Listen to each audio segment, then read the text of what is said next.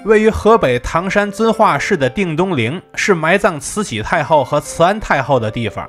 其中的慈禧棺材前有人供奉了一束鲜花，上面還寫着英文 Romantic， 這可能是用来嚇唬西太后的，因為她最害怕外語了。棺中的那位慈禧太後是連精神包衣都洗不动的万年反派。我小時候看的那些書能把康雍乾吹得天花亂墜，但到了慈禧這邊，就算再怎麼肯定她的內鬥能力，也逃不出禍國殃民的大框架去。慈禧唯一的優點可能就是對旅遊業以及民間美食產業的帶動了。它不只和很多民間小吃綁定在了一起，也是清東陵賣票的重要保障。如果慈禧地宮沒有對外開放的話，這清東陵的票得少賣出去1/3。那麼埋葬慈禧和慈安的定東陵，這名字是怎麼來的呢？因為它位於咸豐定陵的東邊，所以叫做定東陵。這片地方是當時的兩宮皇太后慈安和慈禧給自己選的風水寶地。此陵初步竣工於1879年，前後修了13年。在2年之後，慈安太後去世並被葬了進去，慈禧則一直活到了1909年才被葬了进去。而在1928年，軍閥孫殿英為籌集軍饷，便炸開了清東陵，將慈禧陵的金銀珠寶洗劫一空。此外還到了乾隆的御陵，這個我們改天細說。在新中國時期，這邊得到了全方位的修繕整理，並以景區的身份全面對外開放參觀了。如今這裡既是全國重點文保單位，也是我清東陵之旅的重要一站。今天又是穿明制漢服逛清東陵的一天，這是漢族的民族服飾，千萬不要誤認成韓服。大家好，我是徐工，這次一定點關注，下次旅行不迷路啊！我目前在這個地方是位於河北遵化清東陵的慈禧陵啊，這後邊就是慈禧陵的明樓，一會兒咱們來好好逛一逛這。我是2025年11月去的，當時就已經開始動兵了。我把汽車停在這個永興飯店的門口，這是老闆鼓勵我停過去的，停車費就省了，買票直接買聯票，淡季價格為70元。刷完票進門之後，我們往前登上高台，能從右手邊看到一塊下馬石，寫着官員至此下馬。這就是清代陵墓中常見的下馬石，對面的樹林裡也有配套的下馬石，功能一樣就不多說了。現在沿着中軸線往前走，就來到了慈禧陵的小碑樓，這裡邊也是一塊龜夫碑，只是不對外開放參觀罷了。碑樓的屋頂也是重檐歇山頂，上覆黃色琉璃瓦，從這個細節來看，它用的是帝陵的規格。事實上，慈禧太后在清朝末年的實際權力比皇帝是只高不低的。越過小碑樓，就來到了慈禧陵的神道橋，它這個規格要低於順治帝陵的3路3孔橋，只中間有一座3孔拱橋，而它的兩側則各有一座平橋。神道橋之後的西朝房現在已經用來充當商店了。中間的隆恩門是一座面阔5間的歇山頂建築，現在它是景區的出入口，刷票就在這兒刷。進門之前可以先看一眼導覽圖，進門往左側看，就看到了慈禧陵的焚帛爐，這是用來燒祭品的地方，由琉璃構件打造而成。它的屋頂做了個歇山頂，屋頂下方都是琉璃仿木斗拱，周遭的門全都是琉璃格扇門，正门则是捆门的造型，下方則是須彌座造型。這個爐子口的貢品上印着求子安胎4個字，這個找慈禧求也合理，因為人家確實肚子爭氣。它對稱的位置還另有一個焚帛爐，兩者是相同的，就不多說了。刷完票之後，我們走进第一进院落，先看右側的東配殿，此殿面阔5間，屋頂為單檐歇山頂，上覆黃色琉璃瓦。殿內是歷史滄桑100年東陵歷史圖片展。進門不着急看展，而是先看它的梁架，這上面有的是金色的彩繪，其中有各種造型的龍，甚至還有正龍，所以老慈禧有实无名的帝王身份更是暴露无遗了。現場的照片是從記錄晚清時期的歷史開始的，在1900年他就已經開始充當景區了。其實這會兒慈禧還沒葬進來呢。同一年，八國聯軍進犯清東陵，這會兒慈禧正在一路向西瘋狂逃竄中。而在民國時期，則發生了清東陵被盜案件。後面所展出的是盜墓現場的老照片，除了珠寶之外，有很多大木料、石頭和銅器也都被拆走了。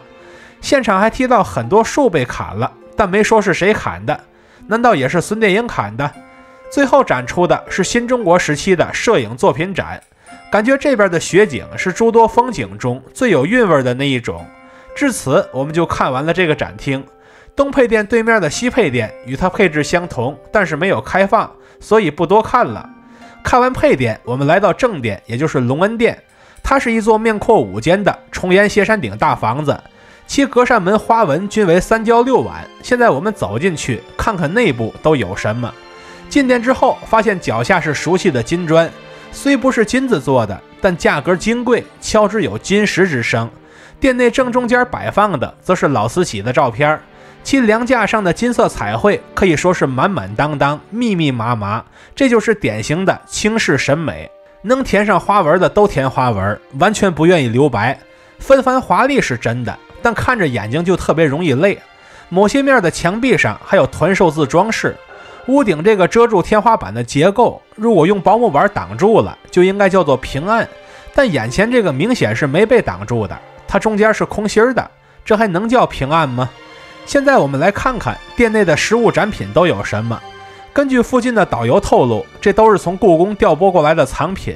其中包括一個銅製包緊水烟袋。看來老慈禧和普通老太太一樣，也是經常抽烟的，不然不会把它摆出来。後面有一個洗衣品鍋，這個我在北京的第一歷史檔案館見過同款，也是出自故宮的文物。後邊的攢盒也是常見的清宮文物，這是裝菜裝點心的盒子。後面的碧玉大印是老慈禧的皇太后之寶，放到这邊倒是很應景。後面還有幾幅精美的書畫複製品，原件據說都是慈禧本人的作品。該說不說呀，這些書畫藝術品看起來還是頗有水平的。至此，我們就看完了這個展廳。現在我們走出隆恩殿，一路向後就來到了慈禧陵的3座門，中間是供帝後棺椁出入的門，是為神門；左側的門供皇帝出入，是為君門；右側的門供大臣出入，是為臣門。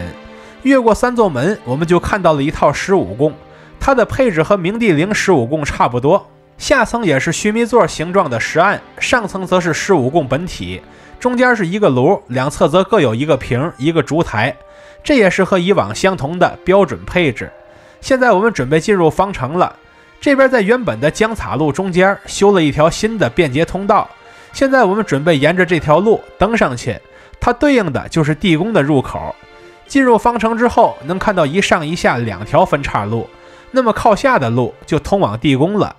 走下去之後，發現慈禧地宮的前室很小，而前室通往後室的門則是一座歇山頂的石仿木門樓，上方的斗拱結構是比較典型的清式斗拱，前出一跳加一根云形蚂蚱頭，下方2側柱子的底部則各有一個須彌座。現在我們走進後室，就看到了慈禧的棺材，附近還有殘存的石柱杵，用的也是須彌座造型。其所在的墓室是一座砖旋形墓室，空間並不算大，比我想象的要小多了。我一直以為在下了地宮之後，得走過很長很長的通道，再繞過一些被孫殿英毀掉的能殺傷盜墓人的機關，才能抵達存放棺木的地方。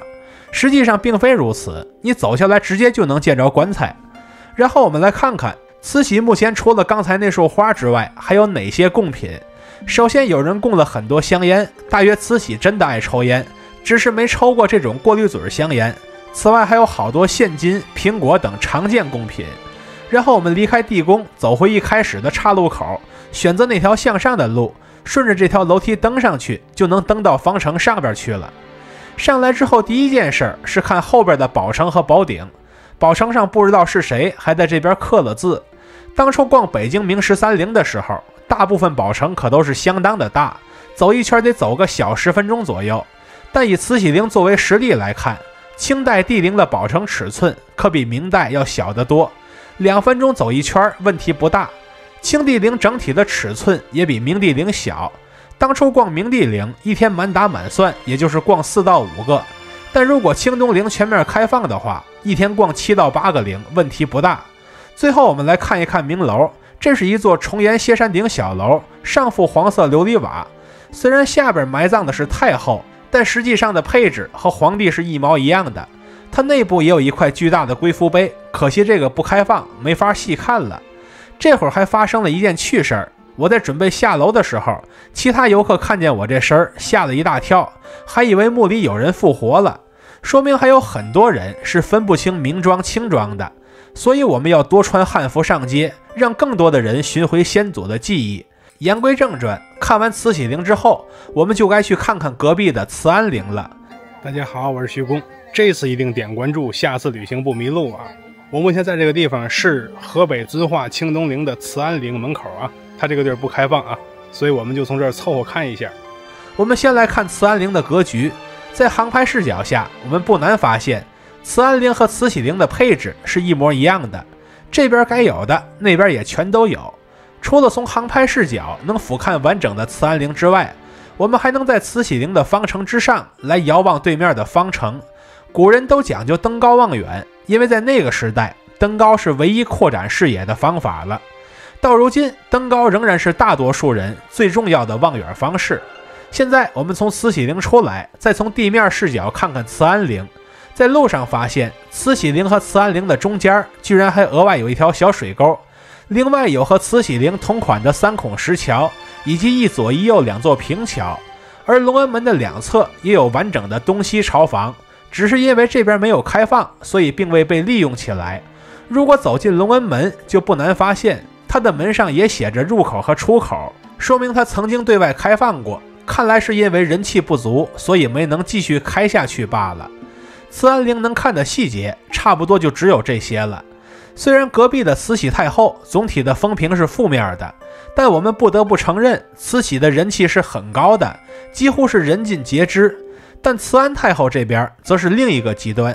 好也好，壞也罷，幾乎是無人關注的，誇的人和罵的人都找不到幾個，因為這位的人氣實在是太低了。大多數人對慈安太後的認知就是知道世上有這麼一位和慈禧並立的東太後，再有就是慈安被慈禧毒死的事情，這個已經不僅僅是野史了，甚至有很大概率是真的。畢竟老慈禧是下毒的高手，連皇帝都照樣能毒死，那毒害另一個太后也不是不可以。因為人氣不行，所以慈安太后的陵墓對於今天的遊客來說，它的吸引力其實也不算大。甚至我查了查，當初孫殿英盜取清東陵的資料，發現他都沒對慈安陵下手，只是重點挖了慈禧陵和乾隆陵，因為這2位人氣最高，當然也是樹大招風。但在1946年日本剛剛投降的那會兒，清東陵這邊出現了短暫的權力空窗期，